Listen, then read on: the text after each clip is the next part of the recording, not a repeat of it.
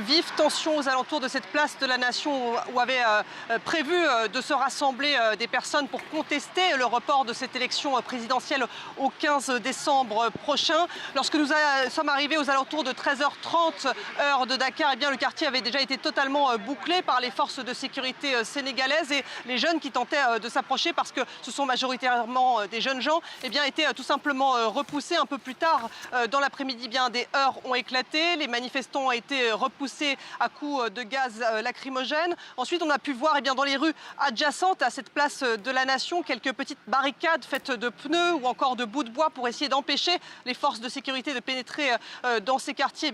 Entrer, voilà, les jeunes tentaient de dresser ces barricades. On a vu les forces de sécurité malgré tout entrer. Il y a actuellement des épais panaches de fumée dans les rues de Dakar et nous avons pu parler avec un manifestant pour savoir pourquoi il manifestait malgré justement ces interdictions et ces risques de heurts avec les forces de sécurité. Je vous propose de l'écouter.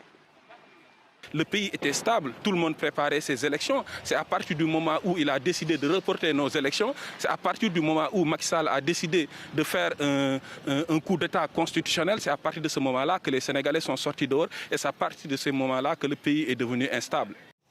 Julie, quelles sont les suites du mouvement ? Alors ça fait plusieurs jours maintenant que nous sommes là et que nous parlons avec de nombreux acteurs de la société sénégalaise. Hier, eh bien, les acteurs de la société civile se sont réunis pour expliquer justement à la presse quelle suite ils voulaient donner à ce mouvement.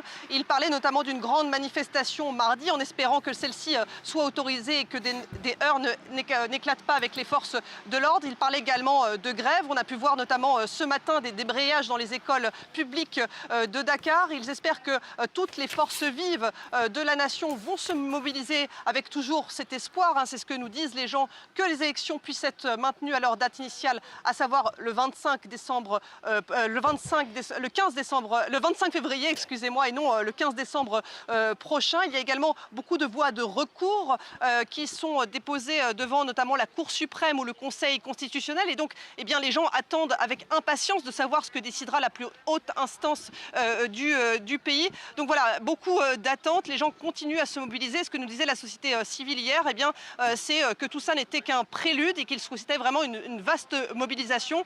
De son côté, le président Macky Sall, lors d'un conseil des ministres qu'il a tenu avant-hier, a indiqué qu'il souhaitait mettre en place un vaste dialogue national.